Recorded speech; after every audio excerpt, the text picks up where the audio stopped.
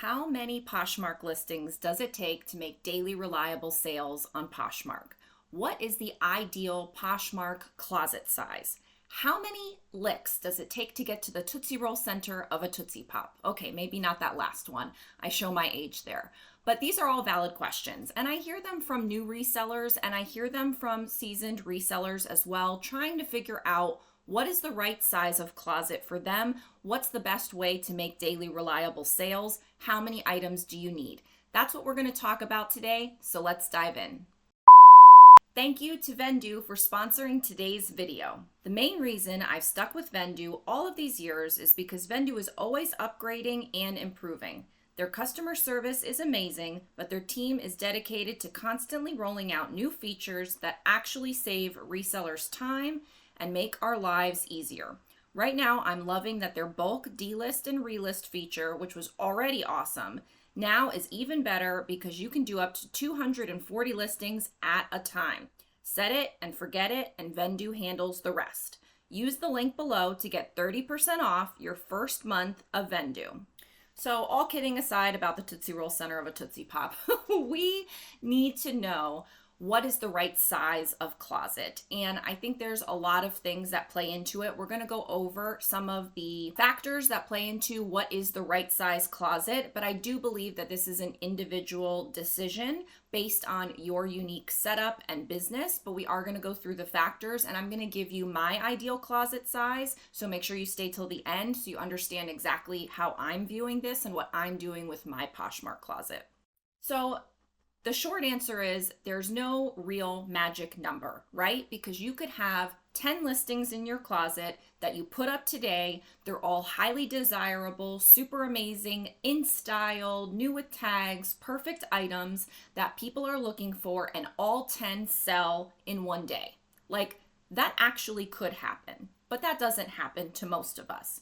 On the other side of the spectrum, you could have 1,000 items of complete and utter garbage that are flawed, that are old styles, that are no-name brands that literally no one is searching for. You have them priced in a bonkers way, and so no one's ever going to buy them. And so you could literally have 1,000 item closet, and after the course of a year, you sell no items. Like, those are the two sides of the spectrum, right? We're neither one of those. We're regular resellers that are buying regular brands. Some of us are paying up and focusing on high-end items. Some of us are shopping at the bins and have a low cost of goods, but are getting regular run-of-the-mill things. And then some of us are somewhere in between. And so I think it's a kind of in-between answer, but I am, like I said, going to go through a few factors specifically that I think will help you determine what's the right closet size for you, and then what I think is going to be that critical mass of listings that will make it more likely that you're going to get daily reliable sales. The number of listings isn't the only thing that factors into whether or not you get daily reliable sales, but it is part of it, right? Because you need to have, I call it hooks in the water to catch a fish, right? If you have 2 hooks in the water, you have the potential to catch 2 fish. If you only have 1 hook in the water, you can only catch 1 fish. If you have 10 hooks in the water, you could catch 10 fish. So you can have more sales the more listings you have. Makes sense. So let's go through each of these factors. So I think the first factor is, what kind of seller are you? Are you someone that is going to be buying low value items and listing a lot of things? Or are you someone that is more selective, have a higher ASP, and are listing less items? As well as, are you part-time or full-time? Are you someone that needs to rely on this income, and so therefore you really do need a lot more listings to, run the numbers and do the math? And I have lots of videos on this that show you like how many things you should list so that you can make a certain amount of money based on your sell-through, based on your ASP. Or are you someone that's just doing this to clean out their closet, make some side income, and so you're not relying on this, but you do want to make a decent amount of sales? I think all that plays into it. For me, I make a full-time living from my reselling business. And then I have other things on top of it, like the Rebecca the Reseller stuff. So I am looking to make I would say, low full-time income from reselling itself. And so a certain amount of things need to happen in order for me to hit that number. and then I make my other money doing other things.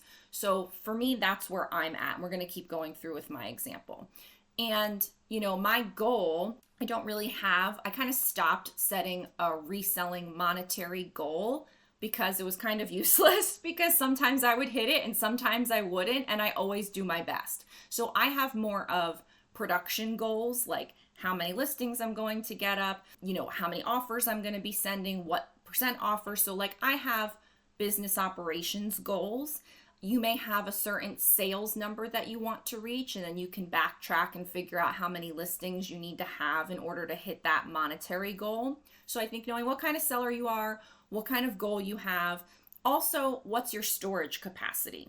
So if you're someone that lives in an apartment and you can only keep 250 items in a few bins in the back of your closet in your apartment, then your ability to have a large closet is going to be a lot different than mine, where I have a storage unit and I can house over 2,000 items in there if I wanted to. So I think your storage capacity also plays a lot into it, because that's something that you won't be able to really mess around with. You won't be able to change. There's only so much you can do with it. I do have lots of thoughts on like how you could make the most money out of, like if you're in an apartment, you could sell jewelry items. And so jewelry items are smaller. And so you could have more jewelry items, things like that.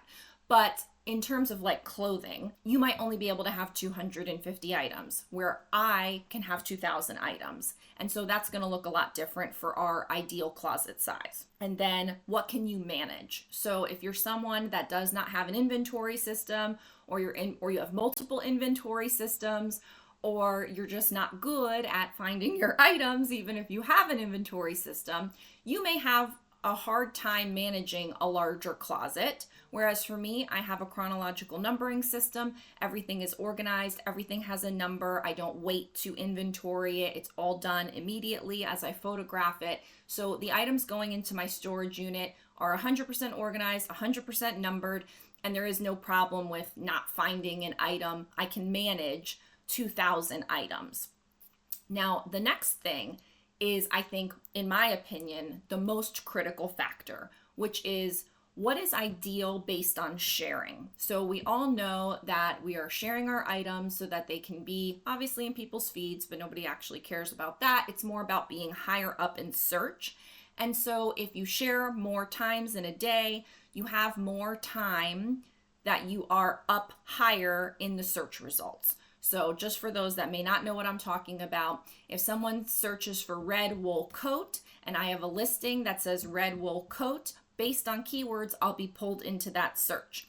If I just shared it within the last hour or so, I'm going to probably be towards the top of that search. But if I haven't shared that item in 3 days, I'm going to be very down low in that search result. And so the person probably won't see my red wool coat listing because it's down, down, down. The person's not going to scroll all the way down.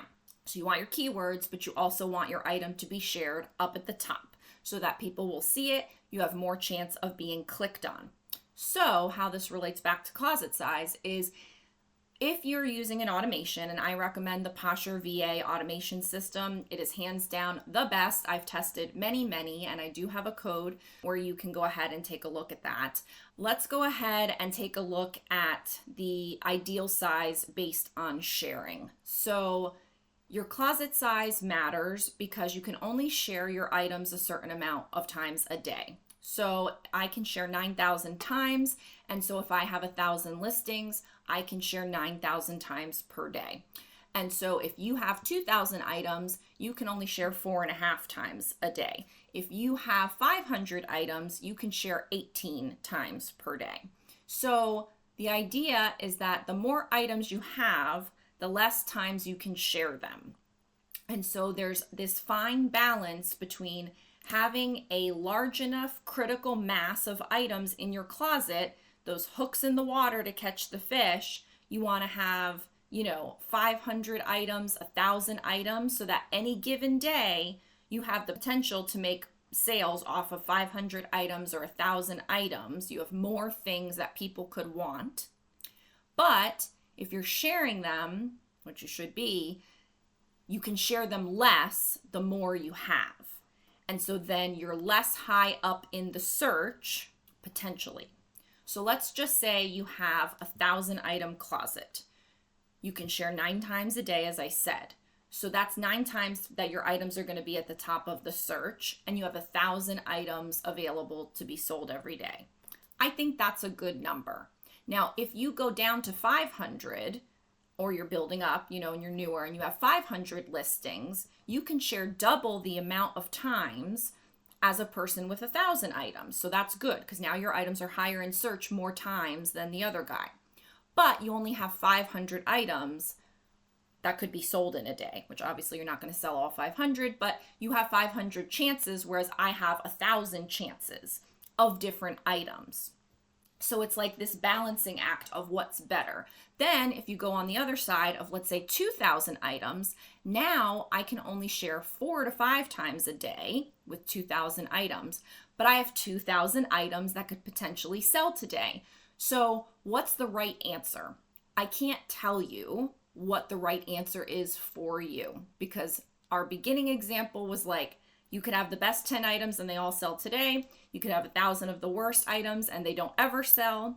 Then you can have a space issue. Then you can have, well, I'm part-time and I can only manage so many. So all of these things factor in. For me, trying to earn a full-time income from Poshmark, I like about 1,000 to 1,500 listings. Now, I have been, obviously, when I was building on the low side, I had 200 listings, 500 listings. I had a small closet, and then it grew. And then I've even been on the high side where I think the most I've ever had was 2,600 items.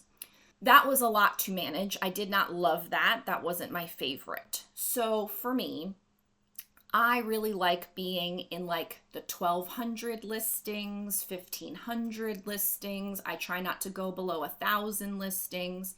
Now, I do have boutique items and closet items. And so with boutique items, I have a listing, but I have 10 of that item. And so that one listing can sell 10 times for me. So technically, if I say I have 1,200 listings, I actually have probably closer to over 2,000 items in my storage unit that can potentially sell. So that is a different benefit that a person that does boutique gets, because it's one listing, but you can sell it multiple times. So that's, kind of off to the side. And that's why I like doing both. But so if you're wondering, Rebecca, bottom line me here, I've listened to your whole rambling video. What should I do?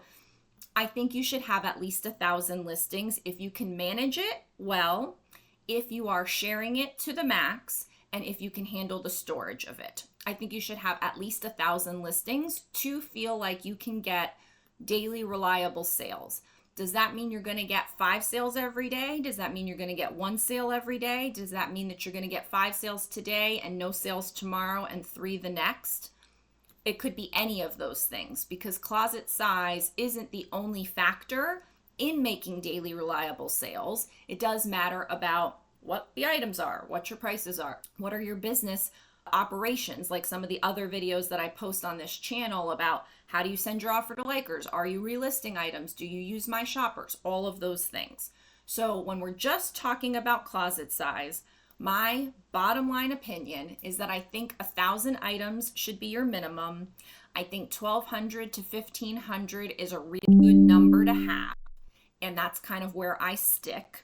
If you can handle it, I think 2,000 is doable, and I think that you should start to see good progress when you have about 500 items. So I think there's a wide range between 500 to 2,000, but I think the really good sweet spot and where I kind of like to stick is in that 1,200 to 1,500 range, where you can really make some decent money at it if you're doing all the other right things and you can actually manage it. So that's my story. I'm sticking to it, and I hope that you at least get a better idea of the factors that play into this and can determine what the right closet size is for you. Thanks, and I'll see you next time. Bye. Thank you again to Vendoo for sponsoring today's video. Be sure to use the link below to get started with 5 free listings per month to try it out and get 30% off your first paid month of Vendoo.